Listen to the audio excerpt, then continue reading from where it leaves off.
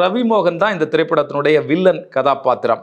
IPS அதிகாரியாக வரக்கூடியவர் தமிழனாக இருந்தாலும் ஒரு இந்திக்காரனுடைய மனநிலையோடு அராஜகத்தோடு இதை எதிர்க்கக்கூடியது, போராட்டக்காரர்களை கொல்வதிலிருந்து ஈவு இரக்கம் இல்லாமல் நடந்து கொள்ளக்கூடிய அவருடைய கதாபாத்திர அமைப்பு வெகு சிறப்பாக இருக்குது.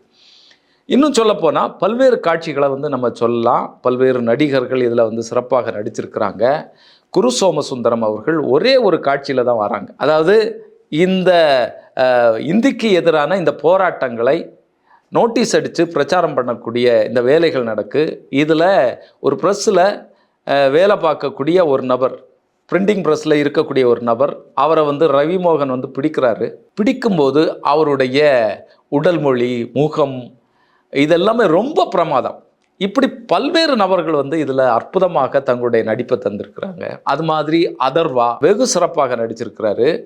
கதாநாயகியாக வரக்கூடிய ஸ்ரீலீலா நல்லாவே நடிச்சிருக்கிறாங்க. அதுவும் இந்த திரைப்படத்தில் மிக சிறப்பாக சொல்கிறதுக்கு பல்வேறு கதாபாத்திரங்கள் நான் இப்போ சொல்லிட்டே போகிறேன்ல. இதில் முதல்வர் பக்தவச்சலமாக ஒருத்தர் நடிச்சிருக்கிறார். அந்த நடிகருடைய பேர் தெரியல. அற்புதமான நடிப்பு. நம்மளை அந்த காலகட்டத்துக்கே கொண்டு போகிற மாதிரியான உடல் மொழியும் அவருடைய பேச்சும் அந்த முகபாவனைகளும் எல்லாமே அருமையாக சித்தரிக்கப்பட்டிருக்கிறது.